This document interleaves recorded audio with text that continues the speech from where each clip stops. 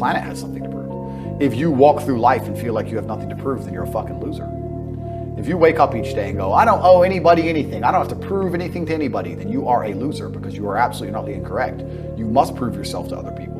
You must prove yourself to your bloodline, as we just discussed. You must prove yourself to God. God hates the lazy. He can't stand them. If he gives you all these genetic dispositions and these natural God-given gifts, if you have 2 arms and 2 legs and you can think, and you're not trying your absolute best, that's the reason you're not lucky. He doesn't like you. He likes the people which show him the beauty of his own creation. He likes to give somebody building blocks and them to build something amazing. It's the best thing about being a man. You get to build who you are, right? You can decide if you want to be a funny comedian or a musician or a kickboxing world champion or fight the Matrix. You can decide whatever you want to be. God loves to see that. Those people, for some reason, seem to be enormously lucky, right?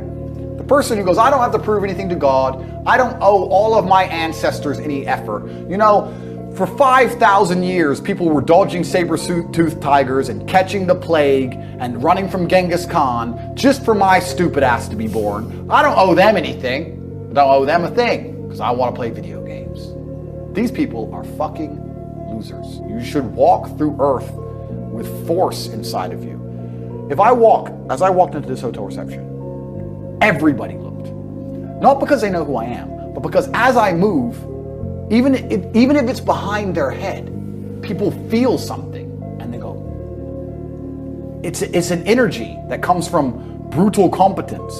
It's almost like an evolutionary thing where a rabbit can just smell a fox. It just knows. That's what happens when a predator walks in a room, even amongst humans. You pay attention next time you're in a restaurant. If a man who's truly dangerous walks in, nearly every other man kind of looks up at the same time. You feel it. You need to or you don't survive. We've evolved with that to live. That's who I am. I couldn't imagine not being that man. I've done that because I've been trying to prove myself to my lineage my entire life. I wake up every day with something to prove. I have hundreds of millions of dollars. I wake up and think, fuck, more. I'm in fantastic shape, 4 times world champion. Fighting the Matrix out here by myself, more. I will have to be braver. I must try harder. All I do is prove myself. So when I hear people go, I don't have nothing to prove, then you're a fucking loser. Peasants have never felt like they needed to prove anything, but kings felt like they needed to go and conquer land. Isn't that it's coincidental that the king, who already had it all, felt like he needed to go to some far-flung land and conquer it and take it and prove he's the king. But the peasants, oh, I don't have to prove nothing to nobody.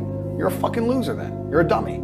I absolutely and utterly completely have everything to prove to everybody all of the time. That's who I am. I will prove anything to anybody. If I sit and say X, I will prove it to anyone. I can be checked any time. If someone would have come up to me in that lobby and argued with my ideas, I would have proved that my ideas are sound. If they would have attacked me, I would have destroyed them completely and absolutely. That's who I am. So yes, I have a lot to prove, my friend. The answer is you need to get rich, you need to get a network. I know this is all I talk about, but I believe it is my mission to try and defeat the Matrix. And you defeat the Matrix with truth and love, because the Matrix relies on hate and deception.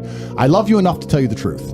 And the truth is that you're fucked if you're not rich. I don't have any answer for you. People say to me, Andrew, what do I do if I'm not rich? I don't know. I don't know what you will do if you don't have a bunch of money, because it's going to become harder and harder. And in the next 30 years, unless you're rich, you are finished. You are done. The only thing I can do is try my best to teach you how to make money. That's all I can do for you. If you're prepared to work hard, I can guarantee you'll make enough money to afford carbon credits. If you're not prepared to work hard, if you're a quitter, then you are going to be a slave and your bloodline are going to be enslaved for the rest of human time. That is the bottom line to it. There's nothing else to say. That's what's going to happen. Yeah. So you have to decide if you want to escape or not.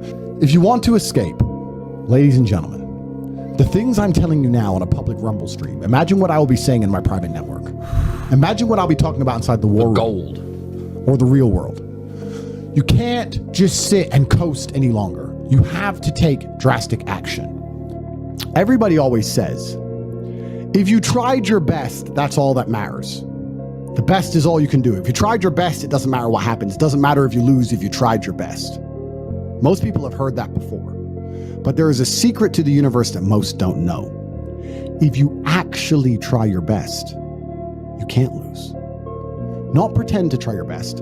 Not try your best 90% of the time. Not try your best with excuses. If you genuinely try your best all of the time, all day, every day, it's impossible to lose. So when people say, if you tried your best, it's okay to lose, that is a logic fail. Because Because if you lost, you didn't try your best in the first place. If you actually try your best, it is impossible to fail in this life. God is watching and he rewards those who want it the most. If you want it the most, you can have it. It's a competition. Every dollar you want, the house you want, the car you want, other people want, you have to win. You have to want it the most and genuinely do your best, because most people aren't capable of doing their best anymore. To get up every day, whether they feel like it or not, and perform regardless. That is the secret. You cannot fail if you try your best. So if you don't have the car you want, the woman you want, the relationship you want, the friends you want, the house you want, you haven't been trying your best. Because I guarantee you, the second you do, you'll have all of it. Every single one. I read a lot of emails. I got a lot of emails, a lot of messages, and a lot of people like, bro, I'm trying my best. And my answer is simply, no, you're not. I really don't think they're trying their best. Maybe I come across and I seem non-sympathetic, but I'm from a council estate in Luton. I'm now a billionaire. And it's because I actually tried my best. What's funny is this. If you were to take somebody who says, I'm doing my best, I'm really trying, and you were to get an exact schedule of their last week, and find all the times they've wasted time, you'd say, look, you've wasted time, wasted time, wasted time, wasted time. You know what's actually amazing? Most of those people are not even self-reflective enough to go, you're right, I'm not trying my best. You know what they'd say? Well, I have to rest sometimes. I have to have a social life. They'd be so arrogant, because they're arrogant. I had to do my Facebook. Yeah. No matter, you'd even show them, here's where you fucked up. Well, I have to, oh, you're crazy. And then they go back to being a loser. That's the amazing thing about losers. You can drag them to the water, but they won't drink it. It's beautiful. They always feel like they're doing everything, rather than like a successful person feels like they're not doing enough.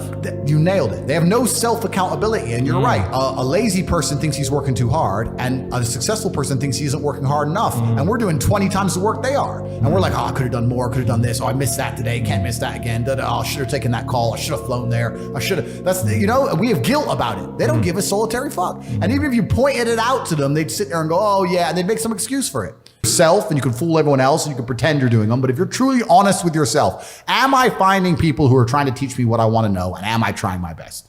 And the answer is fucking no every time. Just even being around people with money is just a good place to be. I'll give you an example. I was in Romania, and I have the largest car collection probably in Romania. I have 28 supercars, everything you can name. And I went to a town called Cluj-Napoca. It's on the border of Hungary. And I drove there in my Chiron, and I parked up, and a kid came up and he said, hey, can I take some photos of your car? I have a car spotting page. I was like, yeah, whatever, cool. And he goes, yeah, okay, I'll just be a few minutes to this. So he took a bunch of photos, and he come up to me and goes, hey, do you want the photos? And I was like, not really, I've already have photos. And he goes, oh yeah, okay. Well, if you want them, here's my email address. And I said to him, why do you do this? Like, you spend all day standing around taking photos of other people's cars. Is that not a waste of time? I thought it was a waste of time, but I was wrong. He goes, oh, well, I skipped school and I skipped college because I knew if I take pictures of expensive cars and email them to people, I'll have email addresses of the richest people in Romania. Yeah, smart. I was like, you're clever. I ended up hiring him. He works for me now. Yeah. I was like, I like you. He got himself a full-time job that day. So he understood, be near the money. I have no money. Money's over there. Well, let me get closer to it. No point staying over here on my fucking own. Let me at least get closer to it. That was a 17-year-old kid. Now he's making 10 grand a month. And with the idea of happiness.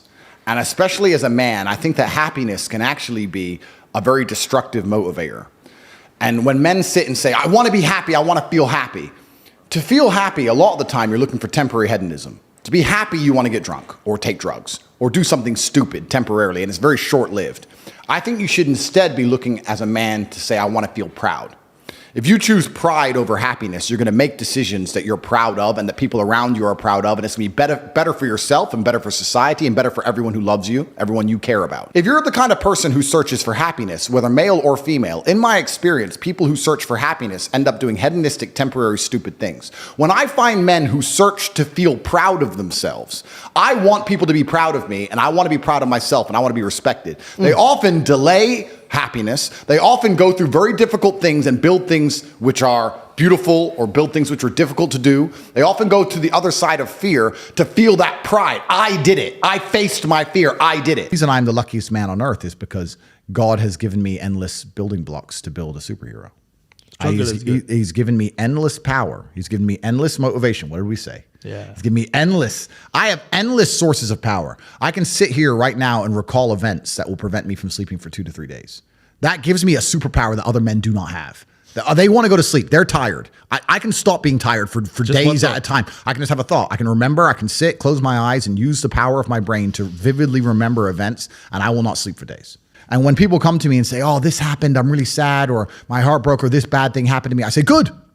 Thank the Lord that he's given you this endless source of motivation. You're wasting it. Yeah. That's your problem. But it's been given to you. Nitrous oxide has been given to you. I was talking to a young guy the other day, and he was 22, I think, and he caught a crypto pump. He made like $4 million in the last bull run. And now all the coins have gone down, whatever. He sold some. He has like 1.5 million. He's like, oh yeah, so I'm waiting for the next pump. I was like, bro, the problem with you is you've now been ruined for life because you're 22, you made easy money, and you think that you don't have to ever do any serious work. You also have no skill. The problem is with the crypto pump, it doesn't teach you anything. You didn't learn sales, marketing, staff management, stress tolerance. You need that. Nothing. He doesn't know how to do anything. So he's just sitting there just gambling on shit answer. You can't just be the average guy anymore. My only answer is stop being the average guy. The idea from the 1950s that you can just be the normal, average, law-abiding, hard-working citizen and you'll have a good life is gone. Any man out here who goes, I'm just going to work hard, do my bit, and obey the laws, and I'll have a good life. No, you won't. No, you will not. Just doing your job is never going to make you rich because you're just going to be taxed into infinity and you're going to stay broke. So just obeying laws and doing your job now has set you up to be a peon and a slave for eternity. You have to get yourself in a position where you're making enough money